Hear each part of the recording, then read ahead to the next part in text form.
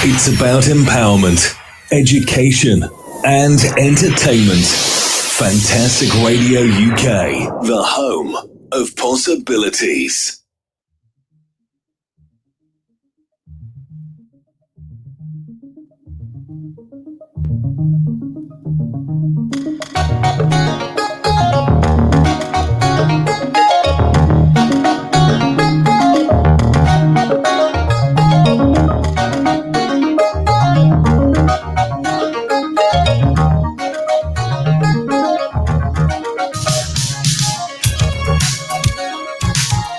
Simone and Kojo on Fantastic Mornings, 7 to 8 a.m. Join the conversation at onair@fantasticradio.co.uk. Hey. Good morning to you. Good morning, everybody. Good morning, Simone. Morning, Kojo. How are you doing? Not bad. I'm good. Yeah. You well? Yeah, it's looking a bit, yeah. I'm trying to contemplate the day and it's looking a bit grey out there, but I'm going to be brave and just venture out at some point. You are so correct. The weather looks a bit grayish. I went out this morning to get some beans out, and I realized that the whole place looked not very sunny. And as colorful as it is, but hopefully we are going to bring the sun into people's lives across the United Kingdom. How about that? That sounds like a great idea. We should do that. Let's do that. 2 minutes past 7. Ladies and gentlemen, welcome to Fantastic Mornings. I am Kojo Bonchi Amwako, and I have Simone Uncle on the other side of the radio for the next 1 hour. We are going to have a beautiful time, as we always do. For those of you who are watching us on YouTube, we want to say you can please subscribe to our YouTube channel. And when you subscribe to it, anytime we come on live, you would see us or you will hear of us. So as soon as you click subscribe, anytime we come on, you will be able to check us out. And for those of us who wants to reach myself or Simone, you could go to Simone at fantasticradio.co.uk. Yesterday, somebody was talking to me because I was talking to somebody about, community diaries and bits and pieces. And he was spelling your name Simon. I said, listen, it's not Simon. No. It's Simone. No. It's Simone. He goes, oh, yeah. So that's how it's going to be spelled. He said, oh, that's how it's pronounced. Yeah. I said, that is how it's going to be spelled. It's Simone at fantasticradio.co.uk. So that's the best way to go in there. Check out Simone's email address. And if you could want any information from us and you want to reach Simone or reach me, bonti@gmail.com. Did I say gmail.com? No, it's bonti. This morning I'm excited. I'll tell you why. Your coffee. Excited. I will tell you why I'm excited. Okay. It's bonti at fantasticradio.co.uk. Miss Simone Uncle on the other side of the radio. We're going for a music. Come back. Simone's got a quote for us. We go into the quote, get into motivation. From there, we would talk to you about our special guest today and everything in between. Before we go, today is World Telecommunication World Telecommunication Society Day. And for those of you who work in the mobile phone community, the communication industry, want to say good morning to you all. We're going for a break. As soon as we come back, have an update with everything concerning world news, everything, then we can take it from there. Mr. Hamidi, please, let's do it. Simone and Kojo, serving you music, sharing stories with you here on Fantastic Mornings. Fantastic Radio UK, home of possibilities. Now this one dedicated to the girl with the angel face and the devil heart. You know, so ragamuffin checker, the most new pop players come to deal with this. Step up, my youth, hear this. I know this little girl, her name is Maxine. Her beauty's like a bunch of roses. If I ever tell you about Maxine, you would say I don't know what I know, but murder she wrote. Real. Murder she wrote. Murder she wrote. Murder she wrote. Mr. Pilkington, and how are we today? Yeah, I'm all right, Doctor. Yeah, I've just come for my checkup. Okay, then pop your pants off. What? Just pop your pants off. Why have I got to take my pants off? Well, because I have to pop my finger up your to check your prostate gland. Don't worry about it. Well, I am worried about it because prostate cancer kills 10,000 men every year in Britain. You can check that out if I get any symptoms. Well, there aren't always symptoms, and symptoms do vary from man to man. So the best way to check it out is I just pop my finger up there I'm really and have a feel. Just don't worry about it. Is that it? Yeah. It's not that bad. No. I don't know why he was worried. You probably saved his life there. Does he have to be here? He's just a mate. Don't worry about him. He's just watching me at work. For more information, visit the Prostate Cancer Charity website. Real men know all about it. Lovely morning, 6 minutes past 7. And today happens to be the 17th of May, 2021. Thank you, Mr. Sina Hamidi. I see our emails scrolling right in front of our pictures. Thank you, Sina Hamidi. You know, can we take a moment to appreciate this man who does this thing on the background? Let's take the next few seconds to celebrate this man. Because sometimes we're busy bringing people in, talking to people, and talking to everybody, but we don't really,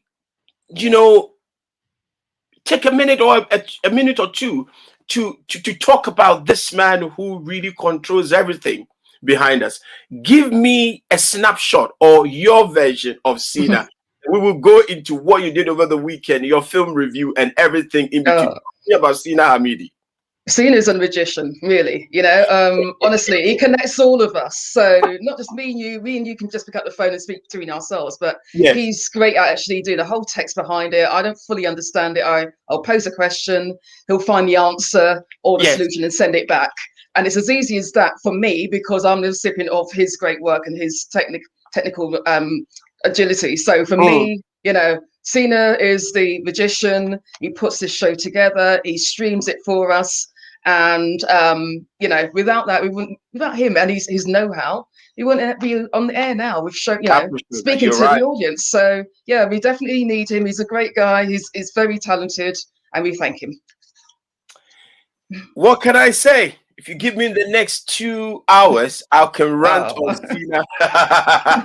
You give me the next 3 hours, I can go on with Sina. Sina, I like what you said. He's a magician. Sometimes I'm wondering, what is he doing? Okay, right. Let me leave him to it. Because I tend to want to go and say, okay, let's do this. Let's go. Listen, leave it with me. I'll deal with it. So Sina Hamidi, on the other side, we want to say thank you so very much for making it happen every morning. We are exceedingly grateful. We are exceedingly and very thankful for the work you do. You come in and you create this, and we are thankful. Simone and myself, we are thankful. The fantastic radio team, we are very, very, very, very, very grateful. Anyway, Simone, Uncle, how was your weekend? You went watching a film, Macaulay. I did.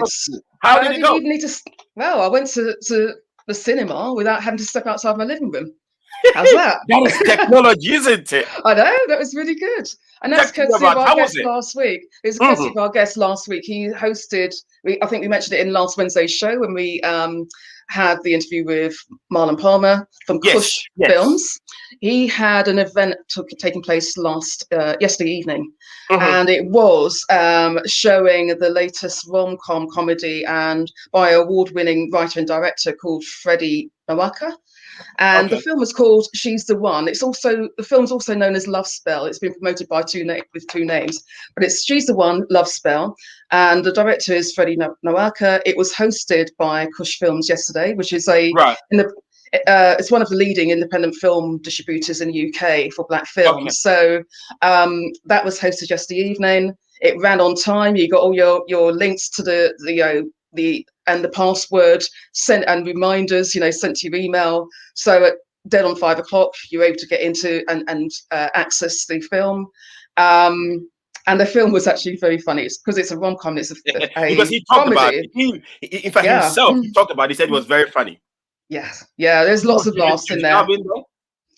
Say that again. You had Judy Love in there. Judy Love was in there. Vanessa Phelps was in there too, actually. Yeah, there's some very cameo characters in there.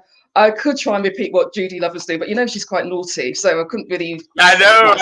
Breakfast, breakfast. So yeah. Somebody will have to, they'll have to try and access it themselves.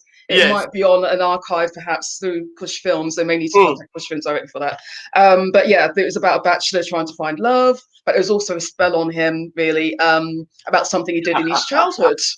And every relationship we started went wrong within 6 months. So there's lots of funny parts, but there was a serious part in there, which was really touching on a loosely on a topic of about self-image, from teenager to adulthood, really. About some of the things we carry through that we don't fully get over. Externally, we're grown up and we're looking very adult and mature, etc. But we might be a child fighting inside us with an issue that was unresolved from way back. So it kind of touched a bit about self-image and the power of negative and positive words on with each other.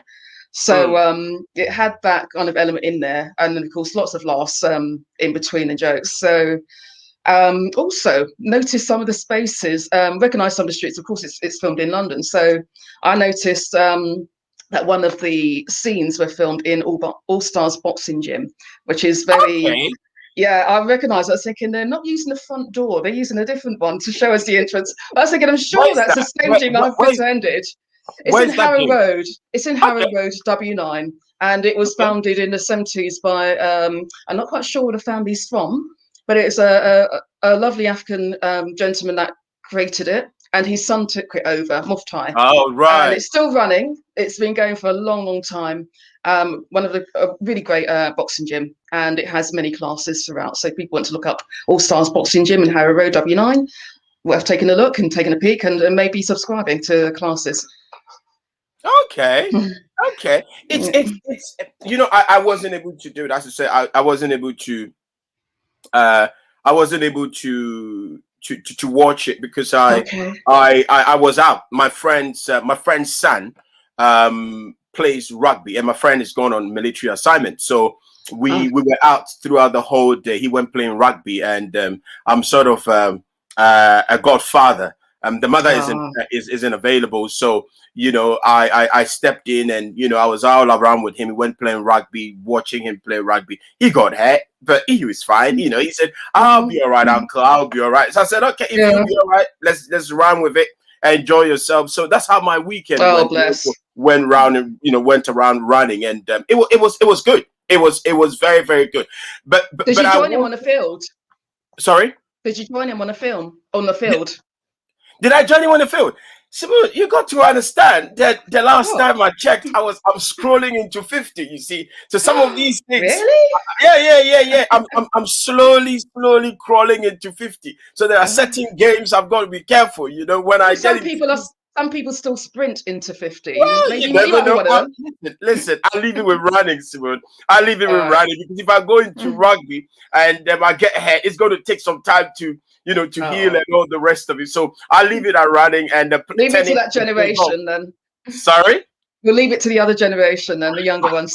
We'll leave it to the other generation. The other thing we're going to leave it to is, on this note, we're going to be going for music, come back and have a great conversation. Bear in mind today, our special guest today is Rev.Jide Macaulay from the House of Rainbow, telling us everything against the International Day against homophobia, biphobia, and transphobia, religious abuse, spiritual violence, and conventional therapy. Everything to do with that.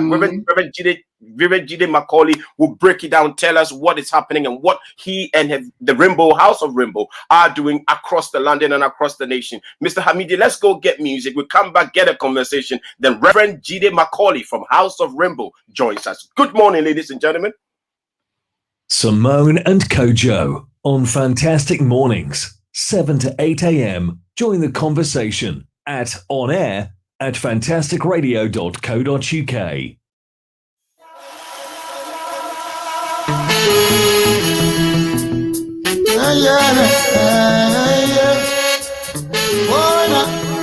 I'm on fire. Gosh. One love, one life. Give thanks, I'm living. To all my friends who've been deceiving, I'll bear the pain. By Pip Bishop.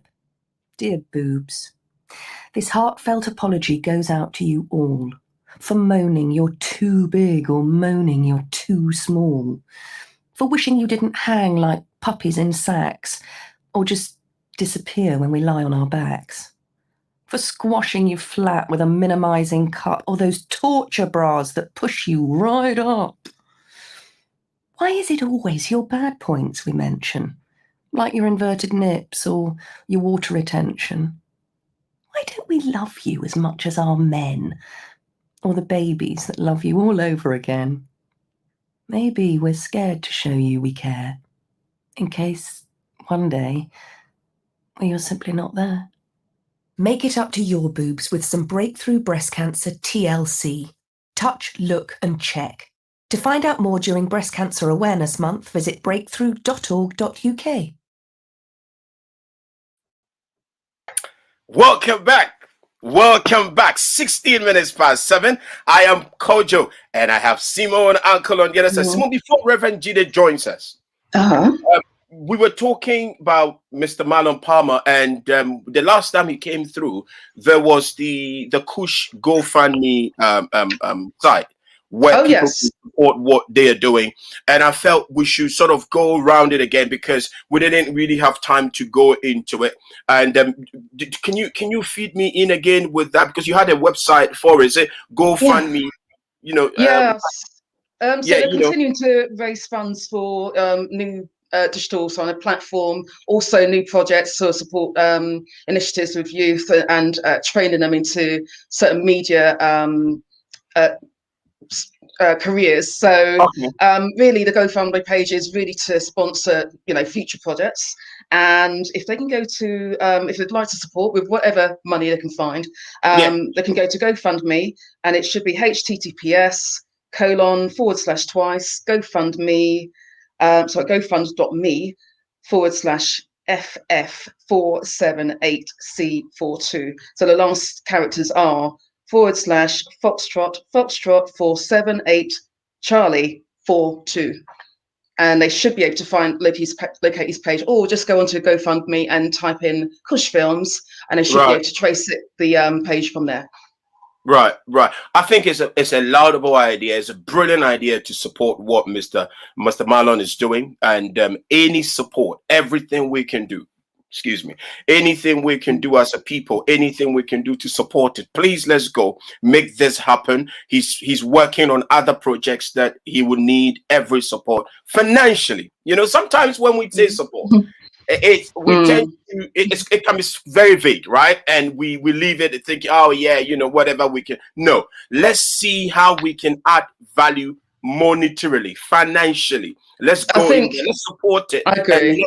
Put our money where our mouth is, right? And let's make say that again. Go on. I was going to say, really, you're right about support, because support can be, you just willfully willing them to succeed, but with all the will and the good wishes and whatever, that's not a practical kind of solution. People do need funding. Some people do need word of mouth promotion, or more affirmative action of getting involved with a project, to support somebody. So support, like you said, can be lent in different ways. Send up a prayer, which is lovely, but also in addition, if you can provide any finance or kind of work towards helping it, be more productive, then all the better, because support can be beneficial in many ways for others. Because sometimes when people are doing these things, we tend to not really go in there and effortfully invest money into it, and it takes money to run these things. And I didn't really have the time to go into it and stress how important it is for Mr. Marlon to get the support, because the film business, as he rightly said, is quite hijacked, and it can be very difficult to sustain.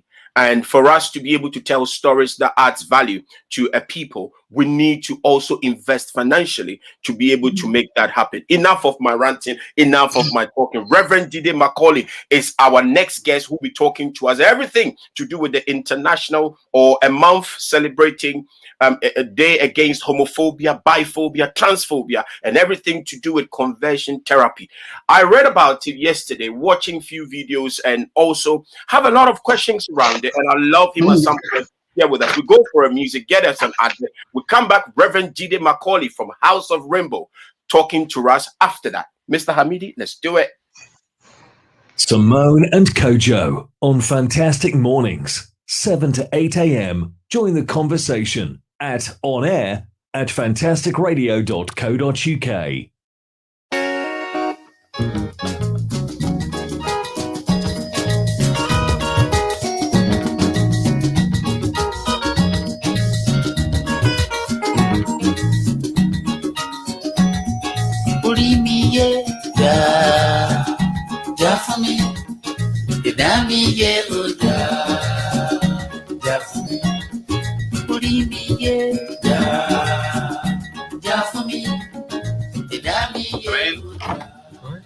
Mr. Pilkington, and how are we today? Yeah, I'm all right, Doctor. Yeah, I've just come for my checkup. Okay, then pop your pants off. What? Just pop your pants off. Oh, I forgot to take my pants off. Well, because I have to pop my finger up your to check your prostate gland. Don't worry about it. Well, I am worried about it because prostate cancer kills 10,000 men every year in Britain. You can check that out if I get any symptoms. Well, there aren't always symptoms, and symptoms do vary from man to man. So the best way to check it out, so I just pop my finger up there I'm really and have a feel. Just don't worry about it.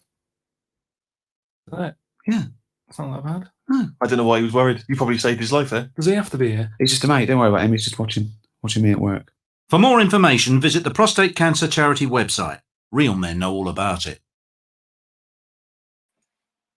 Real men know all about it. Good morning and welcome back. 20 minutes past 7, the 17th of May, 2001. I nearly said 19 something. No. On the 19th of May. No. You've been in a time machine or something. You've gone back in time, have you? 19 what? No. I'm going way back. Bear in mind, on the 19th of May, we're going to be having John Rushton, who is going to be our guest, talking to us about everything to do with taking responsibility. Life coach, business coach, everything to do with human empowerment. But before we go into the 19th, let's stay today, the 17th. We have Rev.Jide Macaulay from House of Rainbow in the house. Mr. Hamidi, can he join us? Good morning, Rev.Jide Macaulay. Good morning to you and how are you today. How are you doing, Rev.Jide? I'm fine. I'm actually fine. I'm in an excellent place. So I'm truly grateful and thank you for inviting me to this program. You are so welcome, Rev.Jide. Before we go any further, how do I address you? Because when I went on Twitter, I see Reverend. Let me just put it properly. It's not, you know when you're used to Reverend, when you're used to Reverend Father, right? And when you are used to all the usual stuff, and you go and you're reading about the person's profile, and you see Reverend Mother, and you think, okay, hold on. What is this man talking about? Why do you address yourself as Reverend Mama, please? Carry on with us. Well, I mean, there's a number of reasons for that. And I think that the first is that, I personally had a lot of challenge with toxic masculinity. As a black, gay boy, man from Nigeria, there's always this essence that being gay, is oppressive, is abusive. Right. So the way that the gay community has been seen is in the eyes of women. So because we are seen gender loving, so if you love a man, you are being treated like women. But I get my strength from women. I got my strength from my mother. So I was able to identify more with the mama spirit. And in my community, they call me Reverend Mother. My friends call me Reverend Auntie Jide. So, okay. And of course, I mean, the other thing again is that when you also think about the patriarchy, the misogyny is very oppressive, and of course, a lot of women in my life had so many bad experiences, and I cannot align with those bad experiences. So I'm keeping myself safe, with Mama. I just say to people, well, my pronouns, I'm still a man, yes. You can still address me as he and his, but trust me, when you call me Mama, you just add more to my joy. I'm loving this. So I call you Reverend Mama Jide Macaulay. That's interesting. That is interesting. Reverend, listen, you're welcome. Thank you so very much for coming through. You heard House of Rainbow. What is House of Rainbow? What is it all about? And you tell us when and why did you start House of Rainbow, sir? I mean, House of Rainbow started in Nigeria in 2006. Yes. 2nd of September 2006. So this year we're going to be 15 years old. And I think that the reason is because I personally had a struggle, I had a challenge with reconciling my faith and my sexuality. I was kicked out of at least 2 churches, one when I first came out and another one when I was still trying to search for a place of worship. So my sexuality became a huge part of that problem for me. So, and of course, I couldn't find a church where I can be both gay and a Christian. So when I went to church, I developed amazing, good Christian friends. And of course, I also had my gay friends outside of church. Now, the challenge for me is that I could not reconcile the 2 friends. I couldn't tell my gay friends that I'm Christian, and I couldn't tell my Christian friends I'm gay. So I had to keep them separately. It was traumatizing. So you have to try to remember which end of the story do I pick it up? What conversation did I have with one group? And for me personally, it was very conflicting. It got to a point where I was so searching. I was then introduced to the Metropolitan Community Church in Camden Town in North London. And of course, in that moment, my life changed.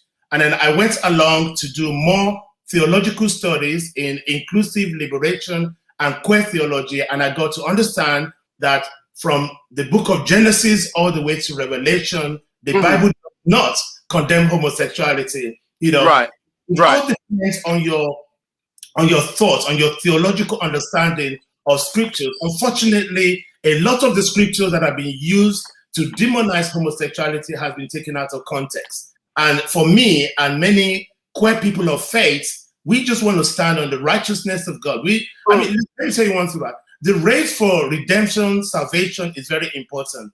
None of us want to be excluded. And I don't know why people think that gay people don't love Jesus. We love Jesus. The gay and gay people are the composers of Christian music. We fill the church with great joy. We're the ones that decorate the church with all the flowers. They can't kick us out. We're still fighting for our place in church.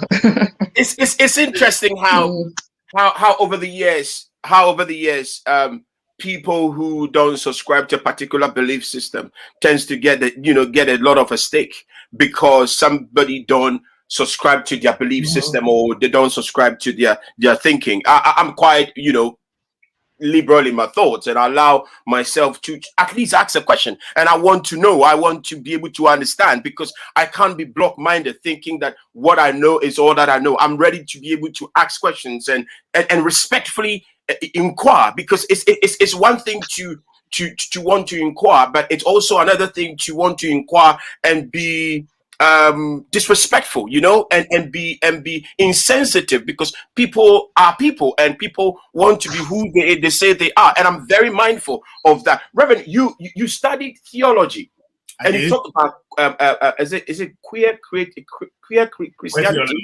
Yeah. Talk to me about that. Talk to me. What's that about? Well, I mean, queer theology is not new. Do you understand me? I mean, queer theology is looking at the scriptures from a queer person's perspective. We've all seen, there's a new series called Underground Railroad. Right. In the first episode, they were Bible quoting and, immediately setting someone on fire. But anyway, let's not keep this PG. But again, also in 12 Years a Slave, the Bible was used multiple times by different group of people in that particular thing. So when it comes to how we understand the Bible, women understand the Bible from women's perspective. Do you understand? And black people understand from black people perspective. African Americans understand the Bible from African American perspective, and the same as well with Africans and so on and so forth. So it is incumbent upon the queer people to also be able to develop that theology. This is not manipulating scripture. This is not misusing scripture. It's about finding ourselves in the joy of scriptures. I can give you a quick example. Romans chapter 9, verse 25 to 26 says that those who were not loved shall be called beloved, right? In the very place where it is said to them, they are not my people, they shall be called children of the living God. Now, imagine a gay person listen to this when all of our lives we have been called nothing but we've not been loved, right? They say we're not human beings, you know. Those who were not my people, I shall call my people. And those who were not loved, I shall call beloved. So imagine a gay person reading that. And for me, it's that God is telling us, the Bible is telling us that even if they tell you that you're not a human being, I call you human. In the very place in Nigeria, Uganda, Malawi, where there are laws against us, you understand me? We are called of the living God. And that is why the International Day Against Homophobia, Biphobia, Transphobia is very, very important. And let me make the record here, right? Please do. This homophobia also includes religious homophobia. Religious homophobia are things like conversion therapy, all this unnecessary laying of hands and deliverance of homosexuality. Now, I'm a black man. You cannot lay hands on me to change me from black to white. Why do you want to change my sexuality? You know, allow me to enjoy myself. Allow me to enjoy what God has created in me. People are debating. Homosexuality is not for debate. It's not a crime and it's not a sin. We have seen countries like the UK. I mean, you know, UK is even small. Angola, Seychelles, Mozambique, Botswana. Let's talk about all these African countries that are already decriminalizing homosexuality. Those countries haven't fallen apart, to be quite honest. I just think that Christians, conservative Christians, are extremely jackals. Oh, goodness me, my first strong word. Now, listen, in Ghana, a few months ago, they had a 24-hour day of prayer against homosexuality. I heard it. The detestable act. To be quite honest, the entire rally itself is the one that is most detestable. They've not done a rally, a 24-hour rally against corruption. They've not done a 24-hour rally for bad infrastructure. They've not done a 24-hour rally against the rate of murder and theft in the whole of the country. It's same gender-loving individuals is what they're after. It's so ridiculous. I just don't understand it. And the reason that the International Day Against Homophobia came is simply this. In 2004, a group of friends in France came together and said, look, we need to do something, you know, to address this issue. And of course, it was actually out of the fact that on May 17, 1990, the World Health Organization, you understand me, declassified homosexuality as a mental health disorder. And then if we go back to 1973, the American Association of Psychiatry, you understand, removed homosexuality as any form of illness or mental illness. It just goes to show that we're able to be who we are. And that to me is very key. A lot of LGBT people are also in good jobs. We are contributors to society. We're taxpayers. Of course. Many of us are bishops. Many of us are politicians. Many of us are entrepreneurs. But because, you know, our society or many society are holding on to this idea that, you know, if you're laying with another man, you are subservient, you know, and in most cases, it comes out of this idea of patriarchy and misogyny. And that is why, you know, I'm celebrating, you know, being mama. And that to me is very key. You know, Reverend, you know, you've unpacked so many things. And as we take coffee and we take our teas and we take a dive, and it gets you music, and you take your tea and Simone take his tea and I take my coffee. We want to take a dive and go back and come back, and we talking about this conversion therapy thing. And also, when we finish, I would love you to talk to us about House of Rainbow. What House of Rainbow is doing. One of the things that I've always wanted to ask, why is it so important who a person falls in love with becomes a problem for somebody? It's a conversation that I've always wanted. I've always wondered, why should one be so concerned of who a person lay with, who the person decides to fall in love with? It's a question that boggles my mind. I have never been questioned loving a woman. and nobody is questioning me, and nobody has bothered asking me what I can do or what I can do. I don't see why people have issues with it. But again, it's not about me. It's about House of Rainbow. Let's go get some music. When we come back, Reverend goes into therapy conversion, House of Rainbow, and everything to do with the LGBTI community within the United Kingdom. Mr. Hamidi, let's go. Thank you. You can now listen to us on the go by downloading the Fantastic Radio UK app on all app stores. Do a search now for Fantastic Radio UK.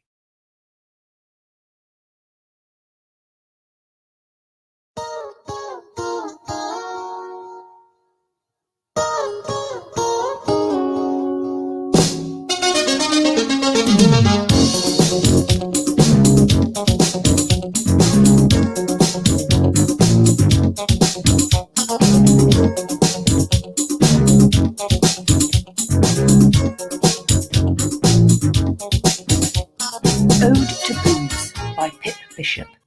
Dear Boobs, this heartfelt apology goes out to you all for moaning you're too big or moaning you're too small, for wishing you didn't hang like puppies in sacks or just disappear when we lie on our backs, for squashing you flat with a minimizing cup or those torture bras that push you right up. Why is it always your bad points we mention? Like your inverted nips or your water retention?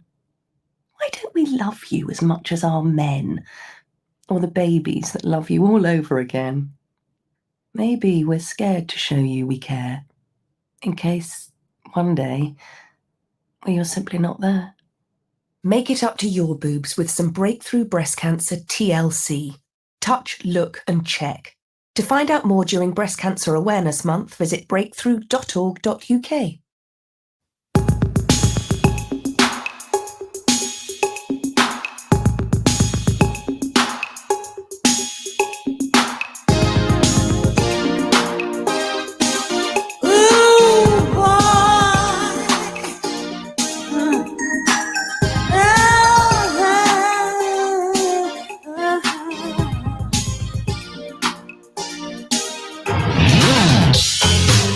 Simone and Kojo on Fantastic Mornings, 7 to 8 a.m. Join the conversation at onair@fantasticradio.co.uk.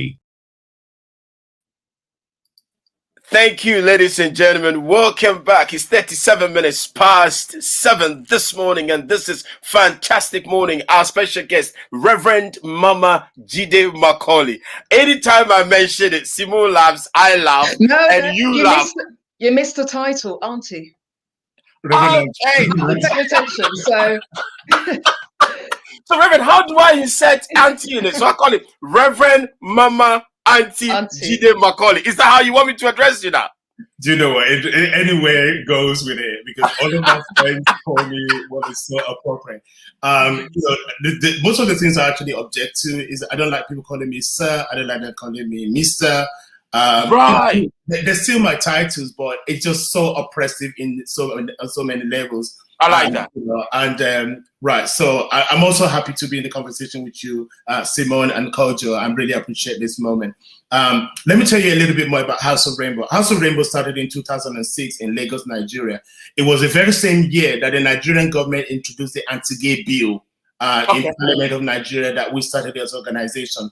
It wasn't aimed in that way, but it was what happened.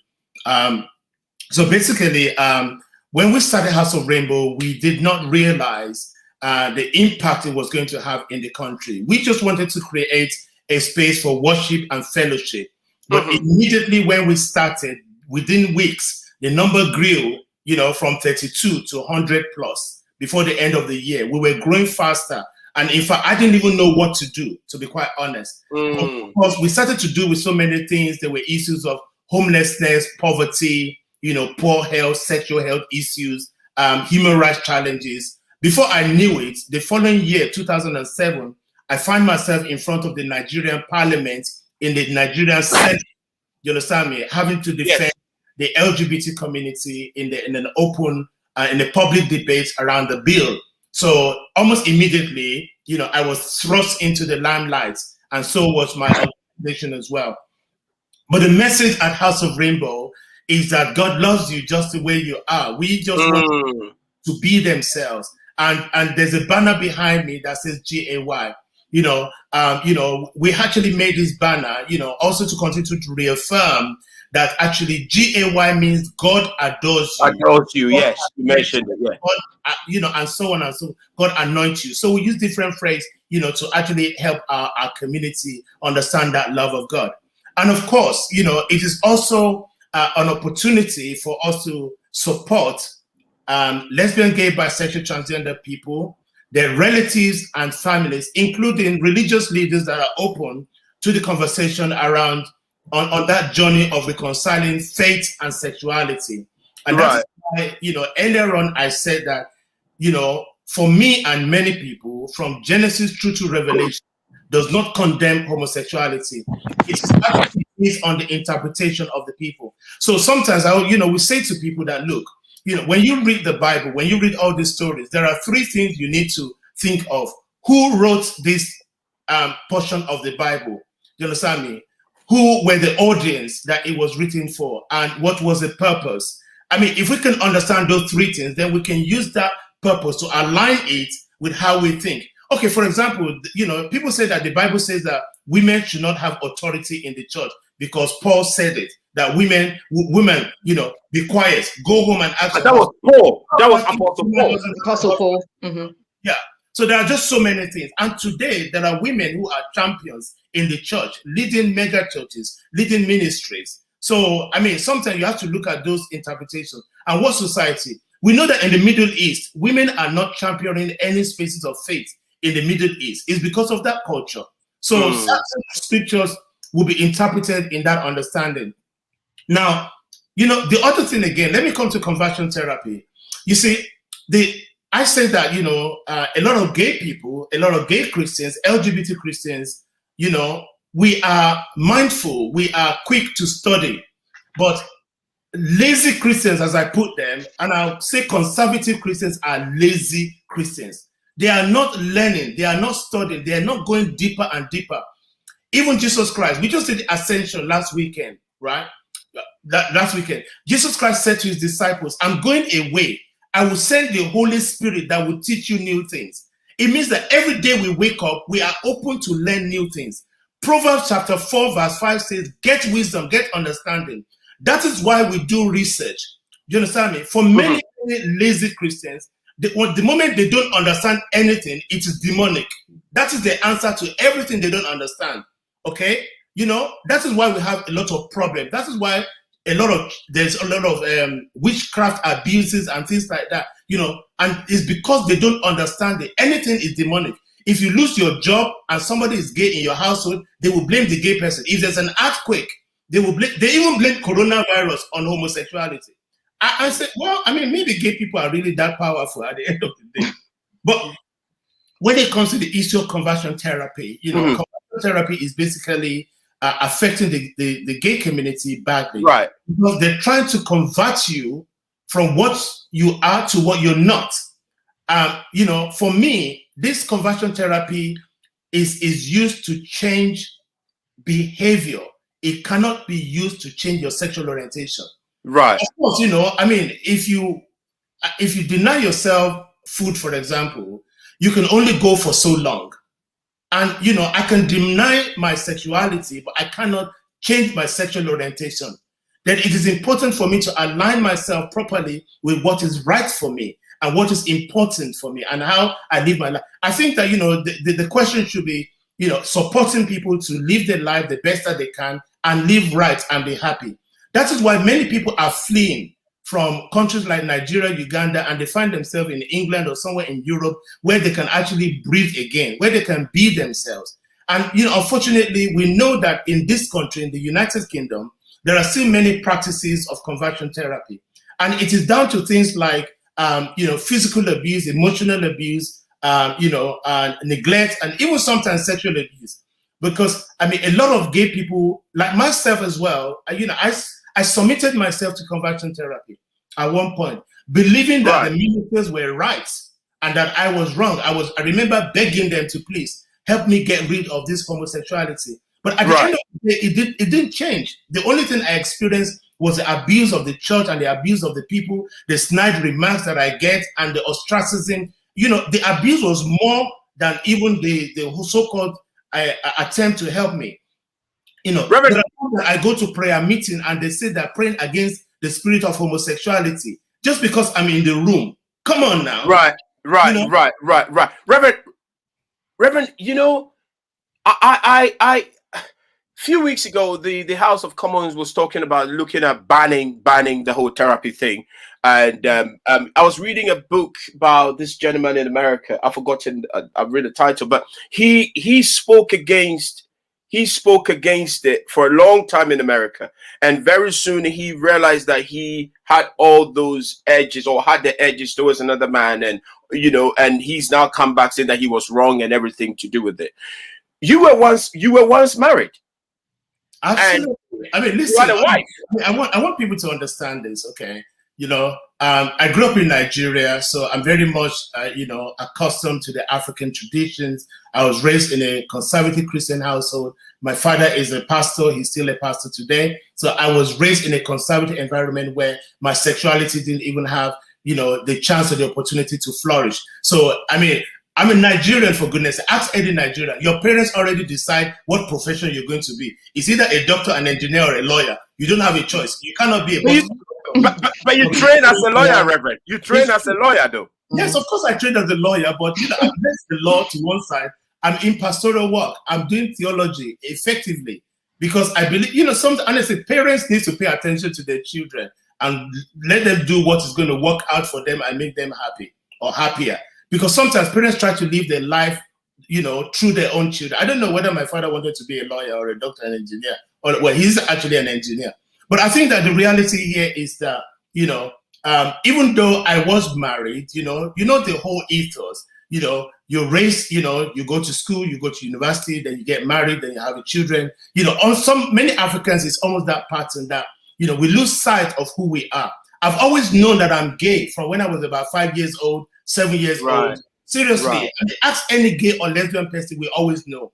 But if you're raised in an environment that is hostile, you're going to bury these thoughts for a long time until it comes back to you.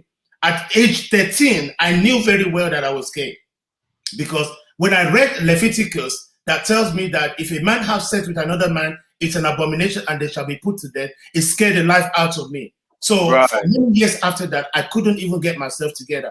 What I'm saying is that, you know, conversion therapy needs to be banned, quite clearly. That is my position. But I think that the other reality is that, you know, there has to be pastoral care that is appropriate, that is sensitive, even to the African culture for the LGBT people. That is why I do the job that I'm doing. If you are gay or lesbian, bisexual, transgender, you know, get in touch with me. Get in touch with House of Rainbow. You know, I will support you. I will take you through the same Bible that people have been using to kill us. This Bible has the power to heal us. I love Jesus with all of my heart. I love God with all of my being. And I'm not going to give up because somebody is homophobic. It's not possible. It's not Reverend, you talked about support, and I would love you to zoom into the support. It's 48 minutes past 7. You're still on Fantastic Mornings. Our special guest, Reverend Mother.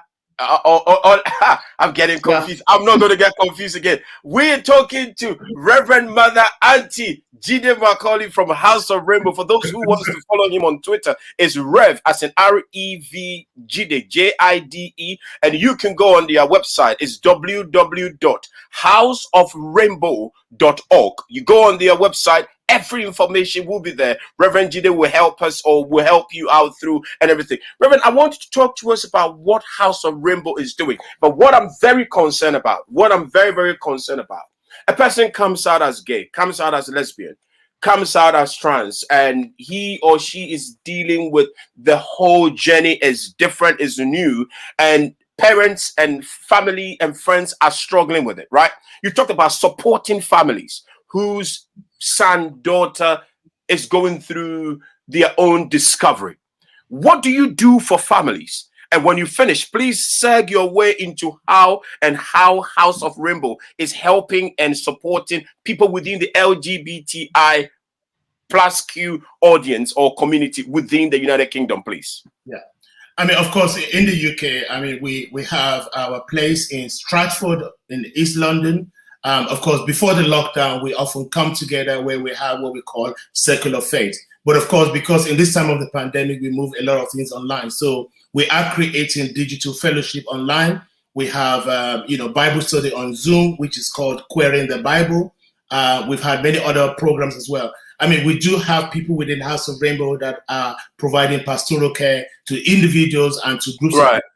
I mean, yesterday, just as part of the International Day Against Homophobia, we had, a group of experts within the mental health field, come to us about therapy and well-being, in light of many things. I mean, House of Rainbow is really there to help people on that journey. We're helping families. The first thing I would say that we say to parents or relatives is that the LGBT identified member of the family are children of God. Let's start at that point. Because the reality is that you have to take people on a journey. When a mother gets pregnant with a child, you do not demonize that pregnancy. You understand? You only get to know that your child is LGBT maybe when they're about age 16, 17, when they confirm it to you. But too often, that confirmation goes against the teaching of many parents, because you always say to your child, don't lie to me, come to me if anything is of concern to you. And when we go to them and utter 3 words, Daddy, I am gay, then you say, no, don't say that. These are some of the challenges that people are facing. So we are saying to families, on the journey of inclusion, make the ground softer for your queer children. There are always opportunities. Like if this interview, if somebody is watching this interview or listening to this interview, they can just easily say, if any of my children is gay or lesbian, I will love them. If any child in that family is LGBT, they will approach the parent almost immediately, to tell them, I'm feeling that way. Will you still love me? And it's one of those things. And that kind of attitude then goes beyond the home and goes outside. Even if the child in the house is not LGBT identified, when they hear conversations that are homophobic outside of the home, they will stop that conversation and say, my mom said it's okay. My dad said it's okay. Listen, the impact of words is very important. Many years ago in America, when there was a killing in a gay club in Orlando Post, for example. Yes, there was. Yes, conversation was going on around the world, and we were getting phone calls at House of Rainbow. People were telling us about the stress and the depression that they're going through. Uncles and aunties or relatives or close friends were saying, "Oh, the man didn't kill enough people. If there was them, they would kill 200 gay people." If your best friend is saying that, now you know where you stand because you even haven't come out to them. And to be quite honest, coming out is a personal journey, because for many people it's not going to be easy. In India, more than 40% of young teenagers who come out within the Black community are put outside of their home. They're made homeless. You understand me? So, I mean, how could you put your child out? That's neglect, I mean, how do you stop paying their school fees and stop putting clothes on their back because they are same-gender loving? And of course, for me, my challenge is that a lot of these abuses in family is being supported by religious leaders and religious communities. And that is where we need to tackle it. If we can also let the parents and family know that God loves your children, your LGBT children, the way they are, don't allow religious leaders to change that for you. And the other thing, again, I say to queer people is that nobody has the monopoly to the presence of God. So don't let them bully you. It's true. Religious leaders don't have the monopoly to the presence of God. You can talk to God directly. You can pray to God directly. Scriptures affirm us in many places.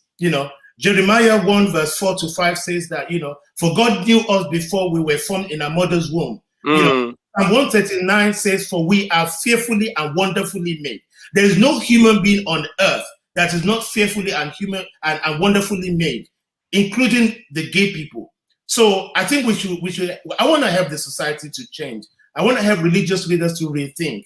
In the last during the lockdown, I mean, we have done work virtually with religious leaders in Liberia, in Kenya. Before the lockdown, our work is mostly impacting in Southern Africa. So we work in Central Africa, in West Africa. So we need to help, even work in the Caribbean as well, and of course in the UK. So if people want to contact us about, how do we help religious leaders understand, we would like to create a road show. We would like to work with communities within the faith communities, to get this right. So And the other thing I think I want people to look out for, because we are also taking advantage of digital platforms, you know. So we're going to be creating digital fellowship for those who want to help create and those who want to join. Get in touch with us, you know. We're all our talents are needed. Reverend, I hear the passion, I hear the content, I hear the spirit of unity within the community, and I hear everything that you do. You strike me as a person who is not trying to attack anybody. You strike me as somebody who is looking to build and form a team and collaborate and work with people from all walks of life. And I want to commend you for that. I really want to commend you for that, for your embracingness and you wanting to bring people in. It's very empowering. And I would want to say you are doing a remarkable work with your team at House of Rainbow. Before we sign off, because we got 5 minutes to go, and I have not let Simone say a word, and Reverend is going and going, and I'm going, and I'm loving it, you know. Whilst you're talking, we can hear the energy and the passion, and usually we will badge in, right? Usually we will badge in and come up with stuff. But I'm thinking the energy is flowing, the content is coming through. Let Reverend Auntie run through and share the message and make sure that the content comes through. Reverend, you were also a global interfaith and vice chairman. What do you do with that? Well, I was actually the representative of the Interfaith, Global Interfaith Network of 2019. You know, I hand over to one of my colleagues in Kenya. The interfaith community is where people of diverse faiths come together, and it is actually an amazing platform that addresses the issues around sex, sexual orientation, gender identity, and expression within the diverse religious communities. Right. But the good news for me is that I also understand other religions to an extent that I'm able to work within an interfaith community, also work within ecumenical communities. So, you know, I'm able to work outside of the Anglican Church, you know, within Methodist Church, within the free churches and so on, you know. So it is important. I think that this is again where I'm talking about monopoly. You understand me? I mean, Christians do not need to monopolize their own denomination. And this is part of the challenge. There are some people that believe that if you're not Pentecostal Christian speaking in tongues, you're not a Christian. And that is not true. And this is why it's important that ecumenical relationship and interfaith relationship is important. It also goes back to, you know, you being very open-minded and you want to study more. It's so important that people need to be open-minded and also trust God. Trust God and trust yourself on this journey. Trusting God and trusting yourself. Reverend, before we go, so if anybody comes through to House of Rainbow and say a couple, gay couple, lesbian couple are getting married, do you bless the marriage yourself? Well, you know what, listen, I mean, as an Anglican priest, I'm not allowed to bless same-sex unions, you know, technically. But there is nothing stopping me from saying prayers and blessings with individuals or couples that want to be blessed. You know, I cannot license their relationship. I mean, the pattern is that they have to get married, for example, in the registry. And then, of course, we can come together and say prayers and thank God together. That we can do. It's not a problem at all. And I think that, but of course, as an Anglican priest, I cannot solemnize a same-sex wedding. And remember, honestly, very quickly, in 2019, I did a documentary called Too Gay for God. I think people can find the trailer on YouTube. And I think that it's for me actually challenging the Church of England about why I could not get married as a gay man in the church where I have given everything, you know, to the church. So I asked that because I'm sorry to interject. I asked that because I know you're an Anglican priest, and I know the Anglican Church struggles or hasn't really come to that place. And I wanted you to sort of throw light on that and be able to share more light on that. But for those of you who wants to get in touch with Reverend Mother Auntie Jide Macaulay, you see, he's taking a long time. It's taking a long time. Simone is smiling, thinking this guy is getting his words around it. You know, if you want to get in touch with House of Rainbow, you can go into www.houseofrainbow.org and get in touch with Reverend Jide Macaulay, and every information that is needed you can get through to it. Reverend Simone and I would want to say thank you so very much for coming, thank you for joining us, for sharing the content content and for everything you've shared with us. Simone, what do you have to say as we sign up and we go away? I'm mostly silent because I was learning a different perspective, which is good. The whole thing of having this dialogue is to learn from somebody else's experience and also their expertise, because you've been doing this for a long time and you've come across these scenarios, and you're there to help your community, and also you've learned a lot from your own experience. So imparting that to us, we really thank you for being that open and explaining a bit more about a different perception from a different angle. So yeah, we're very grateful for your input, part and your information. Thank you. We've enjoyed the conversation, Rev.Jide, Reverend Mama Auntie Jide Macaulay. I'm not going to try. Reverend, listen, thank you so very much for coming. Ladies and gentlemen, it's been Kojo and Simone on Fantastic Morning. We've enjoyed ourselves. We've learned so much. God loves all of us, as Reverend Mother Auntie Jide Macaulay has shared with us. Join with us next week, Wednesday, as we proceed further and as we come in with content that is going to empower, encourage, and entertain you. My name is Kojo, and she is Simone Uncle. In the mornings, good morning and goodbye to you all. Bye-bye for now. Bye. Every day is a new beginning. Take a deep breath, smile, and start again. Do have a fantastic morning. Fantastic Radio UK. Your music, your possibilities.